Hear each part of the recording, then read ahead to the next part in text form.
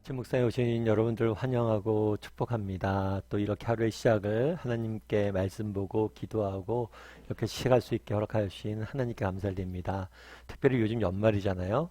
다들 분주하고 정말 이렇게 여러 마음들이 들 텐데 또 이렇게 분주한 가운데서도 하나님 말씀 보고 하나님과 조용히 교제 나누면서 나눈 시간들 좀 가졌으면 좋겠습니다. 그랬을 때 하나님께서 우리의 인생을 보다 정말 흔들림 없이 정말 바른 길로 갈 수 있도록 또 기쁨과 평안을 우리의 삶 가운데 유지시켜 줄 거예요. 그래서 아침 묵상에 그런 시간이 되었으면 좋겠고 그런 소망을 가지고 오늘도 한번 시작했으면 좋겠습니다. 오늘은 계속해서 에베소서 말씀을 살펴보는데요. 죄 사함을 받았느니라 라는 제목을 가지고 에베소서 1장 7절 말씀을 함께 살펴봤으면 좋겠습니다. 우리 7절 말씀 같이 한번 읽어볼까요? 같이 읽도록 하겠습니다. 우리는 그리스도 안에서 그의 은혜의 풍성함을 따라 그의 피로 말미암아 속량 곧 죄사함을 받았느니라. 예, 우리가 계속해서 하늘의 신령한 복에 대해서 배우고 있어요. 바울은 찬송하자 하나님을. 왜냐하면 우리에게 수많은 복을 주셨다라고 이야기를 하는 거죠. 그러면서 바울이 이야기하는 복은 뭐냐면 첫 번째는 선택을 받았다는 거예요. 하나님께서 우리를 선택하셨다는 거죠. 그 다음에 두 번째는 뭐냐면 하나님께서 우리를 자녀 삼아 주셨다는 거예요. 그리고 세 번째는 뭐냐면 하나님께서 우리의 죄를 사해 주셨다는 거예요. 그래서 우리가 정말 받은 복, 세 번째 복은 뭐냐면 죄사함의 복이에요. 죄사함. 죄사함을 받았느니라 라고 이렇게 이야기하는 거죠. 그렇다면 이 죄사함의 문제는 왜 이렇게 중요할까요? 왜 이 죄사함의 문제가 필요할까요? 이것은 우리가 어저께 묵상한 이 양자, 하나님의 아들 되는 것, 자녀 되는 것과 관련이 있어요. 정말 우리가 하나님의 아들이 되기 위해서, 자녀가 되기 위해서 해결해야 될 문제가 있어요. 그 문제는 뭐냐면 죄의 문제. 죄의 문제를 해결하지 않고는 하나님께서 우리를 자녀 삼을 수가 없어요. 예를 들면 그런 거죠. 예전에 한번 그런 경우가 뉴스에 났었잖아요. 어떤 학교의 선생님이에요. 근데 그 선생님인데 그 학교에 자기 자녀들이 있어요. 그러니까 그 자녀들이 그 학교에 다니다 보니까 이 선생님께서 뭘 한 거예요? 자녀들에게 시험 문제도 알려주고 편법을 써서 자녀들의 성적을 올린 거죠. 이 사실은 알려진 다음에 굉장히 큰 사회적 반향을 일으켰잖아요. 만약에 여러분들이 그 학교의 교장 선생이에요. 그 학교에 우리 자녀가 다녀요. 그렇다고 해서 자녀의 성적을 올려준다거나 자녀를 1등을 함부로 해주면 되겠어요? 그러면 안 되죠. 왜 안 돼요? 그것은 공의에, 하나님의 공의에, 하나님의 정의에 어긋나기 때문이에요. 하나님께서 우리를 사랑하십니다. 그래서 우리 자녀 삼아주고 싶어요. 우리의 죄를 용서해주고 싶어요. 그런데 함부로 용서해줄 수가 없어요. 왜요? 그렇다면 함부로 용서해준다면 하나님 뭐가 손상되는 거예요? 정의와 공의가 손상되는 거예요. 그래서 하나님께서 우리 인생의 죄를 죄 문제가 걸려져 있는 거예요. 그래서 하나님께서 우리를 자녀 삼아 주시고 정말 우리를 정말 하나님의 아들 삼아 주시기 위해서 먼저 해결될 문제가 있어요. 그건 뭐예요? 죄의 문제예요. 죄의 문제. 그럼 이 죄의 문제를 어떻게 해결했냐는 거예요. 오늘 본문에는 뭐라고 했냐면 그 피로 말미암아 속량이라고 해요. 속량. 이 속량은 뭐냐면 값을 지불하고 데려오다 라는 의미예요. 그래서 오늘날에는 우리가 이 말의 의미를 잘 몰라요. 그런데 그 당시에는 굉장히 잘 알려진 말이었어요. 그건 뭐냐면 노예. 그 당시에는 로마는 노예가 굉장히 많았습니다. 그래서 노예가 600만 명이라는 그런 이야기까지 있어요. 그러니까 로마 인구의 상당수는 노예였어요. 근데 이 노예가 노예잖아요. 노예는 우리는 노예 본 적이 없어요. 근데 이 노예의 삶이 얼마나 비참한지 그들은 알고 있었어요. 왜냐하면 노예는 뭐예요? 주인의 말 한마디면 그냥 죽는 거예요. 그러니까 짐승이랑 다를 바가 없어요. 그런데 이 노예 중에서 정말 주인이 마음에 들거나 아니면 노예 중에서 정말 이 사람을 사랑하는 사람이 있어서 이 사람을 해방시켜주기 위해서는 값을 지불하고 정당한 값을 지불하고 노예를 해방시킬 수가 있어요. 그래서 노예의 꿈들은 뭐예요? 누군가가 나를 속량해 주기, 이 노예로부터 해방시켜 주기를 원했던 거, 바랬던 거. 그래서 늘 꿈이 뭐예요? 누군가가 나타나서 나를 해방시켜주기. 그래서 이 속량이라는 단어가 갖고 있는 의미를 너무나 잘 알고 있었던 거예요. 성경은 뭐라고 이야기했어? 우리는 죄의 노예가 되었다. 죄의 삭은 뭐예요? 사망이. 우리는 죄인이고 결국에 죽을 수밖에 없는 죄인. 우리는 정말 살아있는 것 같지만 죽음이라는 낭떠러지를 향해서, 형벌이라는 낭떠러지를 향해서 갈 수밖에 없는 존재. 우리가 할 수 있는 건 뭐예요? 우리 스스로 스스로 노예를 벗어날 수가 없어요. 평생 노예를 해서 돈 벌어도 자신의 몸값을 지불할 수가 없어요. 그런데 죄인이었던 죽을 수밖에 없는 우리를 위해서 뭘 하신 거예요? 예수님께서 하나님께 값을 지불하셨어요. 그럼 이 값은 뭐냐? 하나님이 지불하신 대가는 뭐냐? 그거는 예수님의 죽음이죠. 하나님의 아들이신 예수님을 대신 뭐예요? 우리를 위해서 죽게 하심으로 우리를 뭘 한 거예요? 죄로부터 사함을 받게 한 거예요. 그리고 죄로부터 사함을 받아서 이제 죄인인 우리가 더 이상 뭐 할 수 않아도 되는 거예요? 이 죄의 형벌로부터 자유함을 얻은 거예요.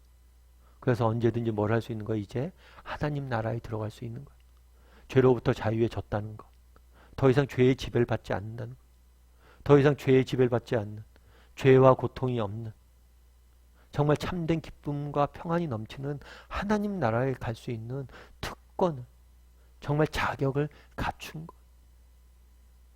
정말 이 땅을 살면서 우리가 얼마나 많은 고통을 당합니까? 정말 세상을 살면서 많은 사람들이 그런 이야기를 지옥 같다고. 정말 이 세상을 지배하고 있는 죄, 이 죄가 낳은 고통, 이 모든 것으로부터 해방될 수 있는 특권을 누리게 된 거예요. 그래서 바울은 찬양하는 거예요. 이제 더 이상 우리가 이 죄로부터 지배받을 필요가 없다. 죄가 낳은 고통으로부터 이제 우리가 완전히 자유해지는 하나님 나라에 들어갈 수 있는 특권을 얻었다는 거예요. 그런데 이 특권이 어떻게 생긴 거예요? 예수 그리스도의 십자가의 죽으심으로, 은혜로 이루어졌다는 거예요. 예전에 한번 그런 일이 있었어요. 맥스웰이라는 사람이 있었습니다. 이 사람이 한 번은 좀 스위스에 있는 알프스 산맥, 알프스 산에 있는 산장에 가서 휴가를 보내고 있었어요. 휴가를 보내고 있는데 이 사람이 산에 올라갔다가 산책을 다니다가 뭘 했냐면 조난을 당했어요. 길을 잃어버렸어요. 그래서 계속해서 길을 잃어버리다가 결국에 찾지 못하고 저녁에 밤에 산에서 지내게 됐어요. 그러다 보니까 아무래도 밑에 있는 사람들이 마을에서 이 사람이 소식이 없으니까 이 사람을 구조하려고 구조대를 파견합니다. 특별히 이 구조대에는 뭐가 있었냐면 구조견이 있었어요. 구조견은 훈련받은 구조견이 있었는데 이 구조견은 이 사람의 냄새를 맡고 찾아가는 거죠. 그래서 구조견 하나가 이 맥스웰을 냄새를 맡고 찾아갔어요. 근데 이 맥스웰이 정신을 잃고 혼미한 상태에서 이렇게 누워있는 거예요. 그러다 보니까 이 구조개가 가서 계속 얼굴을 핥는 거죠. 그리고 소리를 짓고, 멍멍하고 소리를 짓고. 그래서 이 사람을 깨우는 거예요. 한참 이렇게 깨웠어요. 깨우는데 잘 일어나지 않는 거예요. 그래도 개가 끝까지 깨웠습니다. 그래서 이 사람이 정신을 딱 차렸어요. 정신을 차렸는데 안타깝게도 어떤 일이 있었냐면 이 사람이 정신을 차렸는데 순간 이 개가 자기를 덮치려는 늑대로 잘못 본 거예요. 그래서 이 개를 자기가 보호용을 갖고 있던 칼로 찌르는 거예요. 이 구조견들은 반항을 안 하거든요. 결국에 이 구조견이 칼에 찔려서 뭘 한 거냐면 쩔뚝쩔뚝 하면서 구조대가 있는 곳으로 돌아왔어요. 그리고 결국엔 이 구조견은 죽게 됩니다. 그리고 이 구조대들이 이 구조견이 쫓아온 길을 핏자국을 쫓아서 가요. 그래서 이 맥스웰이라는 사람을 구조하게 된 거예요. 그래서 이 사건이 알려지면서 많은 사람들이 감동을 줬죠. 그래서 영화까지 됐어요. 영화까지 돼갖고 많은 사람들이 감동받고 참 이 개의 희생에 대해서 많이 감동받고 눈물을 흘리고 그런 경우가 있었어요. 그런데 재밌는 건 뭐냐면 사람들이 그런 거잖아요. 야, 이 개의 희생을 봐라. 이 개가 희생을 해서 이 사람을 구했다. 그러면서 감동받고 이 개에 대해서 영화까지 만들고 그래요. 그런데 예수님께서 우리를 위해서 죽으셨다. 그의 피로 우리가 구조되었다. 라고 이야기하면 어떤 마음이 있어요? 당연시 받아들여요. 어떤 감동도 받지 않아요. 정말 그날에 뭐라고 이야기합니까? 그 피로 말미암아 우리가 속량을 받았다. 이게 무슨 의미인지 우리는 잘 몰라요. 그런데 그 당시 사람들은 알았습니다. 그 당시 처음 복음을 접했던 로마의 노예들은 이 말씀을 듣고 눈물을 흘렸을 거예요. 노예의 삶이 어떤 것이냐 알았습니까? 정말 속량되기만을 기다리고 있었는데 속량이 되었다는 것.